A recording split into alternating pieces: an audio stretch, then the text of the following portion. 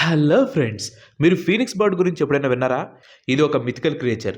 దీని స్పెషాలిటీ ఏంటంటే కాలిపోతూ చనిపోయి బూడిదగా మారిన తర్వాత మళ్ళీ అది ఆ బూడిద నుంచే తిరిగి పుడుతుంది.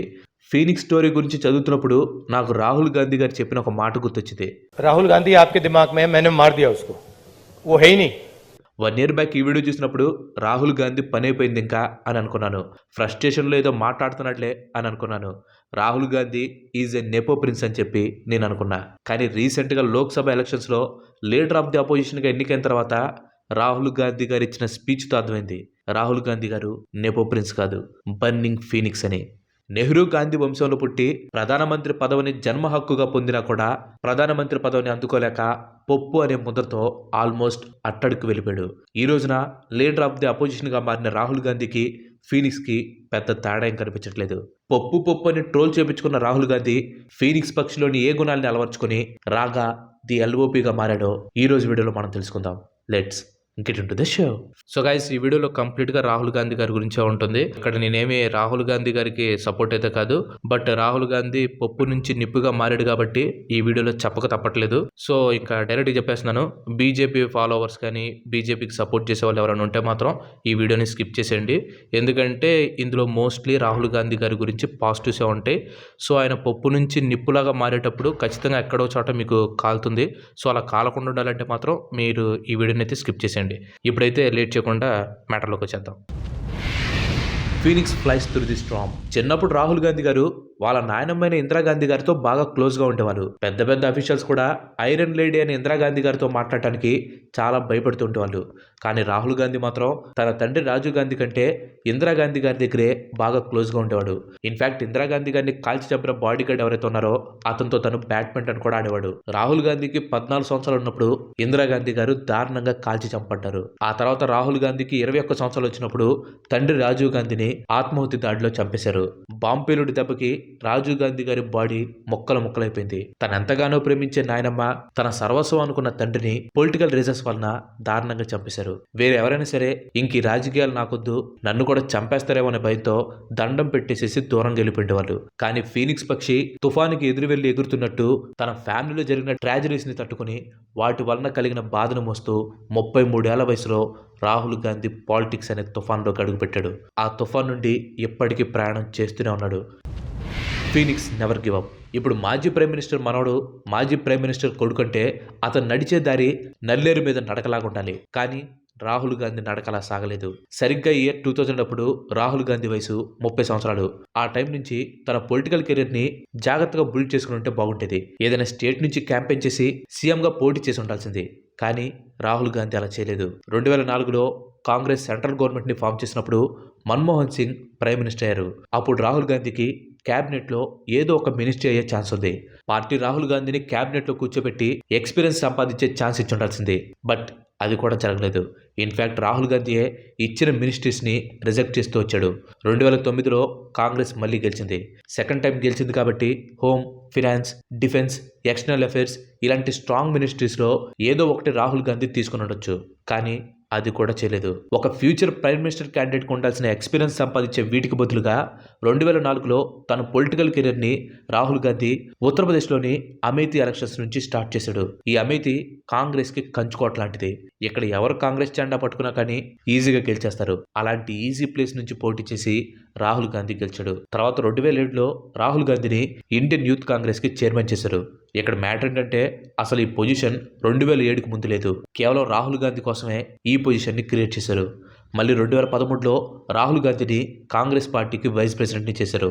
సేమ్ ఇక్కడ కూడా అదే సిచ్యువేషన్. రాహుల్ గాంధీ కోసమే ఈ పొజిషన్ని వాళ్ళు క్రియేట్ చేశారు. 2017లో రాహుల్ గాంధీ పార్టీ ప్రెసిడెంట్ అయ్యాక ఈ వైస్ ప్రెసిడెంట్ పోస్ట్ని వాళ్ళు తొలగించడం జరిగింది.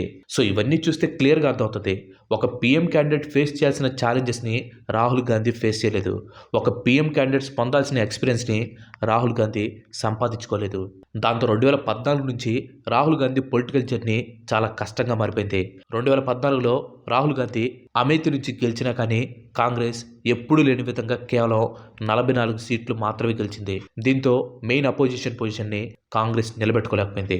కాంగ్రెస్ పార్టీ నిలబెడతాడనుకుంటే రాహుల్ గాంధీ లీడ్ చేసిన 2014 ఎలక్షన్స్లో కాంగ్రెస్ ఎప్పుడు చూడని ఓటమిని చూసింది. ఇంకెక్కడి నుంచే బీజేపీ రాహుల్ గాంధీని పప్పు అని ప్రొజెక్ట్ చేయడం మొదలుపెట్టింది.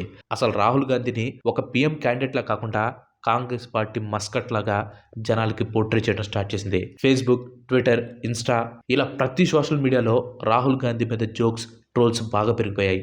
న్యూస్ ఛానల్స్ నుంచి స్టాండప్ కమెడియన్స్ వరకు రాహుల్ గాంధీ మీద జోక్ వేయని వారంటూ లేరు. ప్రధానమంత్రి నరేంద్ర మోడీ గారు కూడా రాహుల్ గాంధీ గారి మీద జోక్స్ వేసేవారు. ఆఖరికి గూగుల్లో పప్పు అని కొడితే రాహుల్ గాంధీ ఇమేజెస్ వచ్చేవి. ఈ రేంజ్లో ఒక వ్యక్తిని కార్నర్ చేసి అటాక్ చేస్తే అతను ఏదో ఒక స్టేజ్లో బ్రేక్ అవుతాడు. అతను వెళ్లే దారి నుంచి ఖచ్చితంగా తప్పుకుంటాడు. కానీ రాహుల్ గాంధీ మాత్రం అస్సలు తప్పుకోలేదు. ఫీనిక్స్ కాలి బూడిదే మళ్ళీ పుట్టినట్టు రాహుల్ గాంధీ 2014, 2019లో దారుణంగా ఓడిపోయినా కూడా ఫీనిక్స్ లాగా మళ్ళీ పుట్టి మళ్ళీ పోరాడుతూ వచ్చాడు. అండ్ ఈసారి 2024లో కూడా రాహుల్ గాంధీ ఓడిపోయాడు. కానీ ఈసారి మాత్రం పూర్తిగా కాలిపోలేదు. కాలుతున్న ఫీనిక్స్ లాగా మంటలతో ఎగురుతూనే ఉన్నాడు. ఇంకొక 5 సంవత్సరాల పాటు కాలిపోతూ లీడర్ ఆఫ్ ది అపోజిషన్ ఎల్ఓపిగా పోరాడతాడు. Phoenix never lose hope. 2009లో కాంగ్రెస్ సెంటర్లో గవర్నమెంట్ ఫామ్ చేసింది. కానీ అప్పటికి కాంగ్రెస్ మీద కరప్షన్ ఎలిగేషన్స్ బాగా మొదలయ్యాయి. 2014 ఎలక్షన్స్ వచ్చేసరికి ఈ ఎలిగేషన్స్ బాగా పెరిగిపోయాయి. వీటికి తోడు అటువైపు మోడీ వేవ్ కూడా యాడ్ అవడంతో కాంగ్రెస్ దారుణంగా ఓడిపోయింది. ఆ తర్వాత 5 ఏళ్ల పాటు రాహుల్ గాంధీ ఏం చేసినా కానీ అది బీజేపీకి ప్లస్ అయింది. ఆ తర్వాత 2019 ఎలక్షన్స్ క్యాంపెయిన్ ని రాహుల్ గాంధీ కొత్తగా స్టార్ట్ చేశాడు. చౌకీదార్ చోర్ హే అంటూ మోడీ మీద అటాక్ చేస్తూ ఎలక్షన్ క్యాంపెయిన్ ని స్టార్ట్ చేశాడు. రాహుల్ గాంధీ చేసిన క్యాంపెయిన్ కి రెస్పాన్స్ కూడా బాగా వచ్చింది. కానీ ఎలక్షన్ రిజల్ట్స్ మాత్రం రాహుల్ గాంధీని నిరాశపరిచాయి. 2014 ఎలక్షన్స్ లో 44 సీట్లు వస్తే 2019 ఎలక్షన్స్ లో 50 మార్కులను క్రాస్ చేసి కేవలం 52 సీట్లు మాత్రమే సంపాదించుకుంది కాంగ్రెస్ పార్టీ. 2024 ఎలక్షన్స్ ముందు కాంగ్రెస్ మీద ఎవరికి నమ్మకం లేదు. ఆప్కి బార్ 400 పార్ అంటూ బీజేపీ చేసిన ఎలక్షన్ క్యాంపెయిన్ తో అందరికీ కాంగ్రెస్ మీద నమ్మకం పోయింది. ఆఖరికి చాలా మంది కాంగ్రెస్ లీడర్స్ కూడా ఈసారి కాంగ్రెస్ పార్టీ 50 సీట్ల కంటే ఎక్కువ గెలవదేమో అని చెప్పి నిరాశపడిపోతున్నారు. కానీ రాహుల్ గాంధీ మాత్రం నమ్మకం పోగొట్టుకోలేదు. ఫీనిక్స్ బర్డ్ కూడా అంతే. తను కాలిపోతున్నా కూడా ఎప్పుడు జీవితం మీద నమ్మకం కోల్పోలేదు. ఎందుకంటే మళ్ళీ పుడుతుందనే నమ్మకం, ఆశ దానికి ఉన్నాయి కాబట్టి. రాహుల్ గాంధీ కూడా అలాగే చివరి వరకు నమ్మకాన్ని నిలబెట్టుకుంటూ లీడర్ ఆఫ్ ది అపోజిషన్ గా ఎదిగాడు. Phoenix always has faith in it self. ఒకసారి యూట్యూబ్లోకి వెళ్ళి రాహుల్ గాంధీ బ్లాఫర్స్ అని చెప్పి కొట్టండి. అసలు రాహుల్ గాంధీని ఎందుకు ట్రోల్ చేసేవాళ్ళో మీకే క్లియర్గా అర్థమైపోతుంది.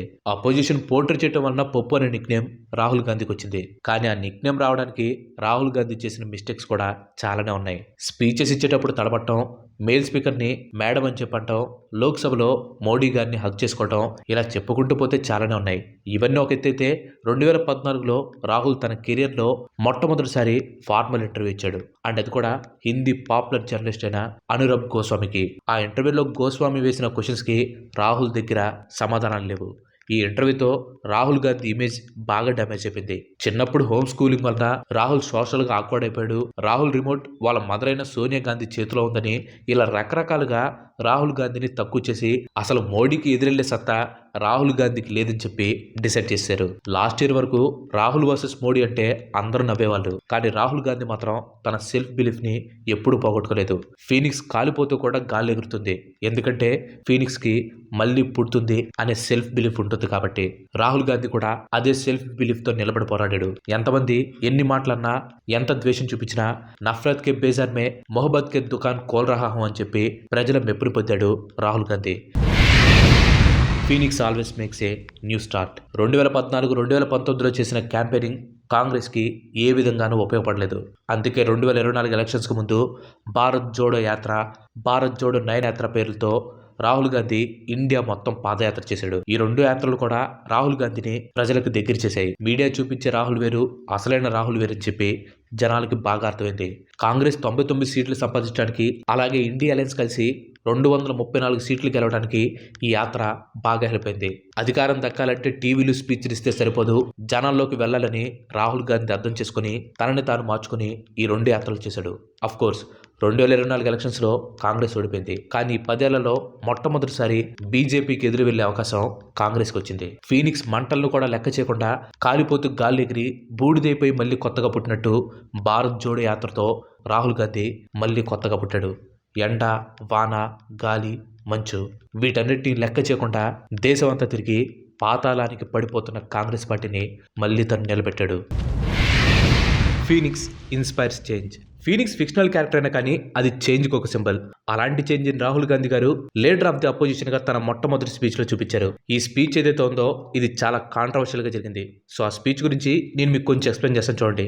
ముందుగా రాహుల్ గాంధీ గారు స్పీచ్ స్టార్ట్ చేయగానే బీజేపీ ఎంపీలందరూ కూడా భారత్ మాతాకి జై, జై మోడీ, జై సంవిధాన్ అంటూ నినాదాలు స్టార్ట్ చేసి రాహుల్ గాంధీ గారిని అడ్డుకోవడానికి ప్రయత్నించారు. For the opportunity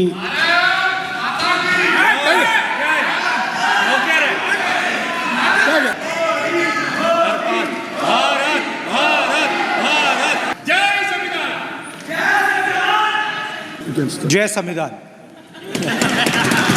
కానీ రాహుల్ గాంధీ గారు జస్ట్ జై సంవిధాన్ అని చెప్పి వాళ్ళ నినాదాలకి బ్రేక్ వేశాడు. సంవిధాన్ అంటే రాజ్యాంగం, అంతేకాదు రాజ్యాంగం కాపీని ఒకటి చేతిలోకి తీసుకొని దాన్ని చూపిస్తూ దీన్ని మేము రక్షించాము, దేశం మొత్తం కలిసి దీన్ని కాపాడిందని చెప్పి రాహుల్ గాంధీ అన్నారు. ఇదే రాహుల్ గాంధీ గారి మొట్టమొదటి పంచ్. 400 సీట్లు సాధించి కాన్స్టిట్యూషన్ ని మార్చాలనే ఆలోచనలో ఎన్డీఏ కూటమినట్లు అప్పట్లో వార్తలు వచ్చాయి.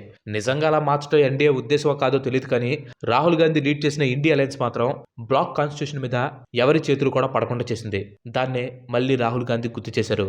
ఆ తర్వాత వెంటనే రాహుల్ గాంధీ బీజేపీకి ఫస్ట్ రౌండ్ లోనే మోస్ట్ పవర్ఫుల్ పంచ్నిచ్చారు. అది కూడా వాళ్ళకి బాగా అలవాటైన ఆయుధంతో. హిందుత్వ, హిందూ ధర్మాన్ని కాపాడే వాళ్ళని ఎప్పుడు చెప్పుకునే బీజేపీని హిందూ ధర్మంలో ఉన్న అసలు నిజాలు చూపిస్తూ రాహుల్ గాంధీ అటాక్ చేశాడు.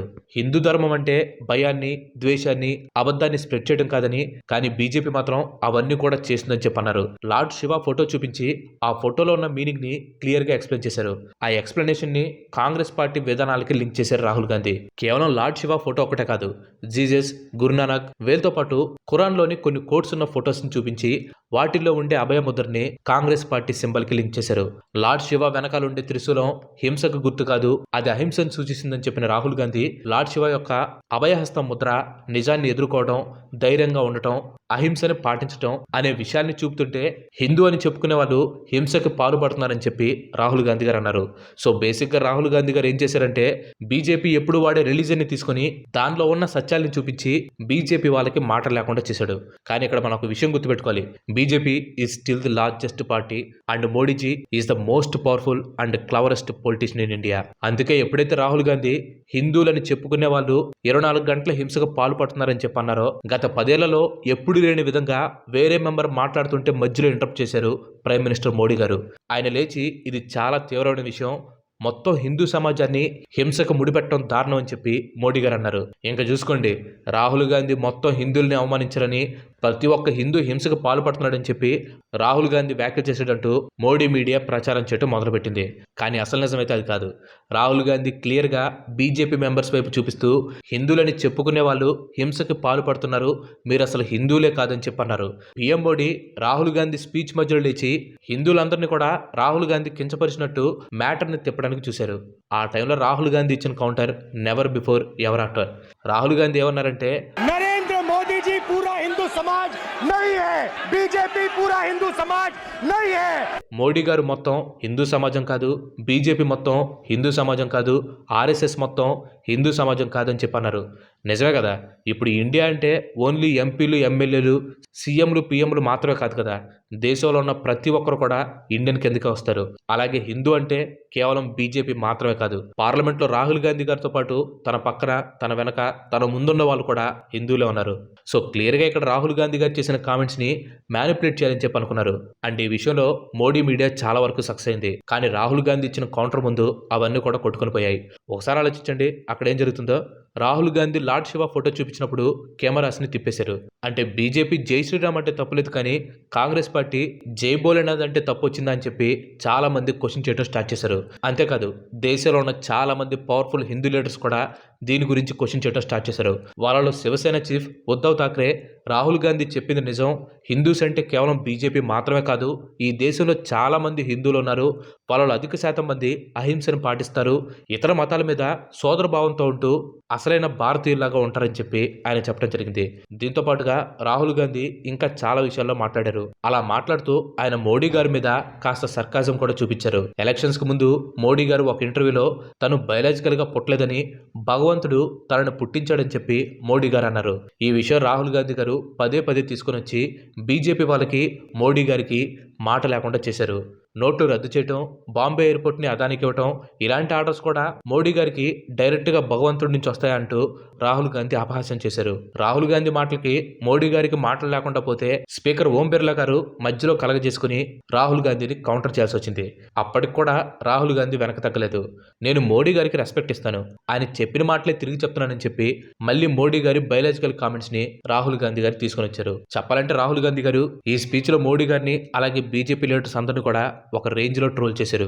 అన్నిటికంటే హైలైట్ ఏంటంటే అయోధ్య టాపిక్. రాహుల్ గాంధీ గారు మోడీ గారికి డైరెక్ట్ గా దేవుడి నుంచి మెసేజ్ వస్తుందని చెప్పన్నప్పుడు బీజేపీ మెంబర్స్ అందరూ కూడా జై శ్రీరామ్ అని చెప్పి అరవటం స్టార్ట్ చేశారు. దీనికి రాహుల్ గాంధీ గారు అదే శ్రీరాముడి నుంచే వస్తుంది, కానీ అయోధ్యలో శ్రీరాముడు మీకు వేరే మెసేజ్ ఇచ్చారా అంటూ అయోధ్యలో బీజేపీ ఓటమిని ట్రోల్ చేశారు. దాదాపు 100 నిమిషాల పాటు మాట్లాడిన Rahul Gandhi Agnipath scheme, NEET scam, Manipur issue ఇలాంటి వాటి గురించి ప్రశ్నల వర్షం కురిపించారు. అధికార పార్టీ వీటికి సమాధానం చెప్పకపోగా రాహుల్ గాంధీ గారు మాట్లాడిన స్పీచ్ నుంచి 14 బిట్స్ ని రికార్డ్స్ నుంచి స్పీకర్ ఓం బిర్లా గారు తీసేశారు. సో ఎలా అయితే ఫీనిక్స్ బర్డ్ ట్రాన్స్ఫార్మ్ అవుతుందో అలానే రాహుల్ గాంధీ గారు కూడా ట్రాన్స్ఫార్మ్ అయ్యి లీడర్ ఆఫ్ ది అపోజిషన్ అయ్యారు. ఆఫ్ కోర్స్ మీలో చాలా మంది అనుకోవచ్చు, ఏంటి ఏదో పెద్ద పిఎం అయినట్టు బిల్డప్ ఇస్తున్నామని చెప్పి. బిల్డప్ ఇవ్వాలి మరి. పప్పు అని హేళన చేసిన వాడు ఈ రోజు లోక్సభలో తుప్పుదిలాగా స్పీచ్ ఇచ్చాడు అంటే చెప్పాలంటే మనందరికి ఇది చాలా మంచి విషయం. స్ట్రాంగ్ అపోజిషన్ అలాగే స్ట్రాంగ్ అపోజిషన్ లీడర్ ఉండటం మన డెమోక్రసీకి మనకి చాలా అంటే చాలా మంచిది. సో ఫీనిక్స్ అదే రాహుల్ గాంధీ ఇలాగే స్ట్రాంగ్గా ఉంటూ గవర్నమెంట్ని క్వశ్చన్ చేస్తూ ప్రజలకు మంచి చేయాలని చెప్పి ఆశిద్దాం. జై హింద్, జై సంవిధాన్. Thanks for watching. ఈ వీడియో కనుక నచ్చినట్లయితే లైక్ చేయండి, షేర్ చేయండి. అండ్ అలాగే మన నెక్స్ట్ ఎపిసోడ్ మిస్ కావద్దు అనుకుంటే మన ఛానల్కి తప్పకుండా సబ్స్క్రైబ్ అవ్వండి. ఇంకో మంచి ఎపిసోడ్లో మళ్ళీ కలుద్దాం. Till then bye bye, have next day.